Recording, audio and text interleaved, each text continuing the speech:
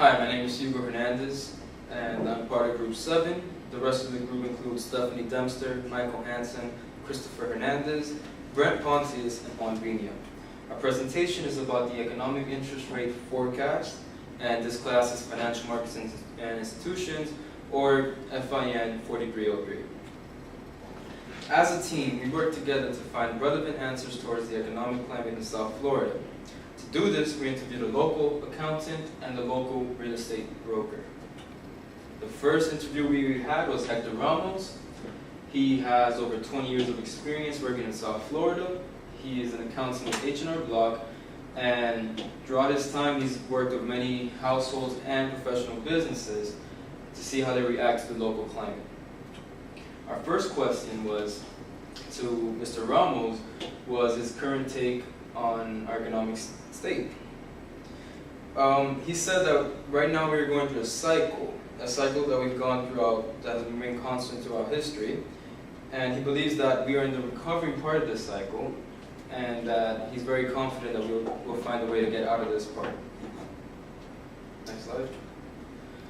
We also asked Mr. Ramos how the housing market has affected our economy. He says that the crash in 2008 affected us a lot, and we are still in the recovery mode since then. He believes that eventually we will come back to our normal levels, but it will take time and it won't be another boom like it was in 2005 to 2008. Okay. When we asked, our last question was if the market stabilizing had any effect on the interest rates. His response was that the interest rates will remain low during a recovery state, but will pick up as the economy fixes itself. Okay. Our second interview was Anthony Askowitz. He is the owner and broker of Remax Advanced Realty. He has over 25 years of experience with the South Florida housing market, and as a result has an abundance of knowledge of our local climate. We asked Mr. Askowitz how he believed our current local economic state was compared to how it was in 2008. He replied stating that it has stabilized and it's currently working its way up. He went on to say how the interest rates have also slightly increased and how the government had a hand in that in order to prevent what happened from 2005 to 2008 from happening again. Here we show Mr. Askowitz how our local economy has increased faster than the nation's average. The nation's average being 2.5%, and our South Florida economy growing to 3.5% in 2012. He says that it's not just all of South Florida, but mostly Miami. He says that Miami is so well advertised with the current lifestyle we have and the local sports teams that we have, that it has drawn many people from not just around the nation, but from around the world who want to be part of this lifestyle, who want to be part of this community. And even if they can't find an urban section to live, an urban resident to live in Miami, they'll find residents in the suburbs. And although that's not directly part of Miami, it is part of South Florida, which also affects our South Florida climate in a positive way, which shows in the 3.5% growth that we've had in 2012. We asked Mr. Askowitz where our housing market would be in the next few years. He stated that home values will continue to increase due to the low prices in the housing market. He claims that the luxury market has already stabilized, but goes back to the housing market saying that there's plenty of great investment opportunities in there.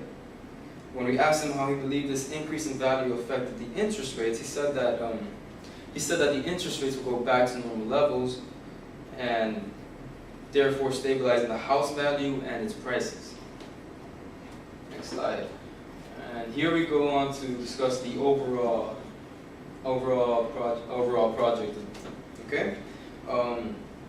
We accessed the Federal Reserve's website and accumulated several pieces of information that will be beneficial to our presentation. This data consists of applied monetary policy, the Fed's most recent policy statement along with the projections, followed by fiscal policy, GDP and its behavior, consumer confidence, and lastly, government spending. In the following slides, we will demonstrate how this data can help the government in making difficult economic decisions for our nation. First is the interest rate. The interest rate we'll be using for the remainder of this presentation is the effective federal funds rate, which is how much banks are charging other banks to borrow reserves. This type of interest rate is not directly influenced by the feds. However, it is affected by it due to the open market operations. So basically, in a nutshell, this is how banks take control of the economy, have their influence with the economy by communicating with other banks. Okay. Now our next step is the applied monetary policy. Applied monetary policy is the largest influence on the interest rate and is guided by the dual mandates set in place. The Federal Open Market Committee, or the FOMC for short, influenced the interest rate by selling and buying government bonds in the open market. In other words, this is controlling liquidity. The dual mandate plays a role in decision making by guiding them to decide what's best for maintaining a good employment rate and keeping inflation rates from being too high. Okay, we continue with the applied monetary policy by showing that our unemployment target rate is to be below 6.5%. The Fed has taken several steps towards dropping our unemployment, such as having asset buying programs and the interest rate policy. They announced in December 2012 that they would continue taking these actions until the unemployment rate drops below 6.5%. The Feds have also been busy with the monetary policy affecting the inflation rate. The initial inflation rate was 2.5%, but is now 2% since the inflation rate has gone too low. In order to keep the economy growing, the Feds have also worked in keeping the federal funds target rate between 0 to 0.25% to stimulate the economy. Next slide. Okay. In this slide, we discuss the Fed statement released on October 30, 2013 by the Board of Governors of the Federal Reserve System. It stated how the economy has increased on a moderate pace, and it also states the indicators of labor market conditions having shown further improvement, but unfortunately the unemployment rate is high, still remains high. Household spending and business-facing investment improved. The recovery in the housing sector slowed somewhat in recent months. Fiscal policy is restraining economic growth, apart from fluctuations due to changes in energy prices. Inflation has been running below the committee's longer-run objective, but longer-term inflation expectations have remained stable. Okay. The statement also included that the Feds will continue its purchases of treasuries and agency mortgage-backed securities until the labor market improves significantly in terms of price stability. They also claimed that the monetary policy will remain for a certain period of time after the asset purchase program ends in order to continue supporting maximum employment and price stability. They decided to keep the federal funds rate between 0 and 0.25% as long as the unemployment rate remains above 6.5%. Inflation between 1 and 2 years ahead is projected to be no more than a half percentage point above the committee's 2% longer-run goal, and the long-term inflation projections remain the same. Here we have charted the projections the Fed stated in the recent statement. The top left chart indicates that the majority of the Federal Open Market Committee, or the FOMC, believes that the federal funds rate will remain below 3% for the next 3 years. And as you can see, in the longer run, it's going to go around, somewhere between 3 to 4%. The top right chart shows that the committee believes that the unemployment rate will eventually go back down to 6.5%, and in about 2 years, from 14 to 15, it'll go back down to 6% and lower. The bottom left chart demonstrates that our GDP is projected to increase within the next 3 years to the same, if not higher percentage it was back in 2010. And the top right, the bottom right chart also shows how inflation rate will eventually go back up with the along with the GDP growth. Okay? Here we discuss the fiscal policy, which is the government's form of influencing the economy through spending and taxes. Over here we have the effects, the results of what would happen if we go over the fiscal cliff or if we don't go over the fiscal cliff. If we do go over the fiscal cliff, unemployment will rise to 9% by the fourth quarter of 2013. GDP will decrease by 0.5%, and the deficit will shrink to $641 billion in fiscal 2013, roughly 4% of our projected GDP. If we do not reach the fiscal cliff, unemployment will fall to 8% by the fourth quarter of 2013. GDP will grow by 1.7%, and the deficit will shrink to about $1.1 trillion. Okay. The FOMC, the GDP is vital to our nation, and that is why the FOMC has and will continue to monitor the growth of our economy and act accordingly. If the FOMC feels that the economy is growing too rapidly, they will increase interest rates to control the activity and hopefully further prevent inflation pressures. Okay. Here we show the GDP equation and how the government has direct influence on the G part, which is government spending, and indirect influence with the other aspects of the GDP equation, C being consumer spending, I being the investments of the businesses, and the NX being exports and imports.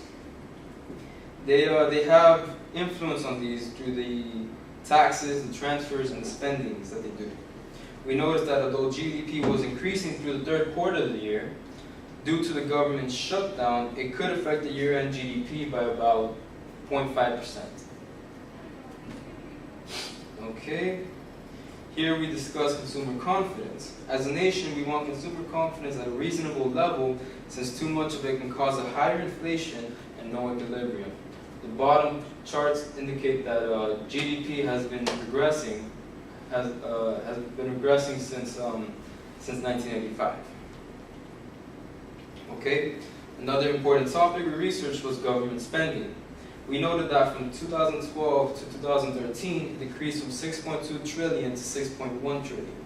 It is expected to increase to 7.72 trillion by 2018 as a result of population and GDP. Below that information, we have the pros and cons of spending.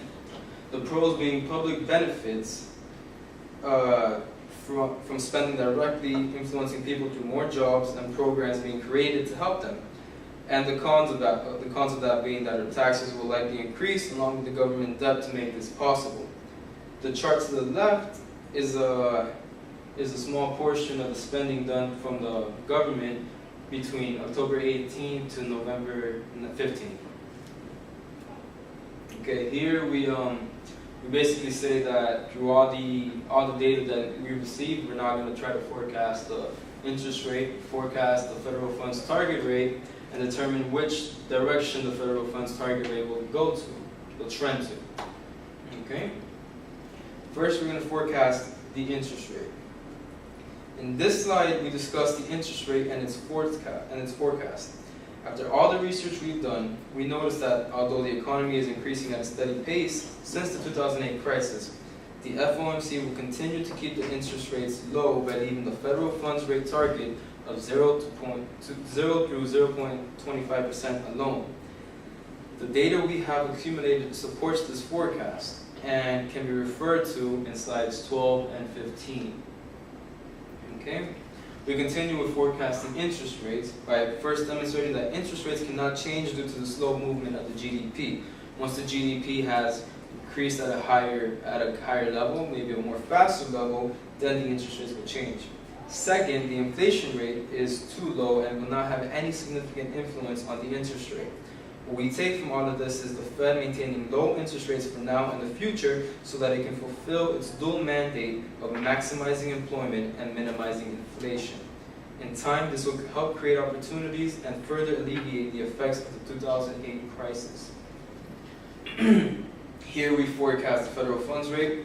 As I noted earlier, the federal funds rate target will continue to be between 0 and 0.25% in order to stimulate the economy and the GDP to hopefully get back in shape quicker.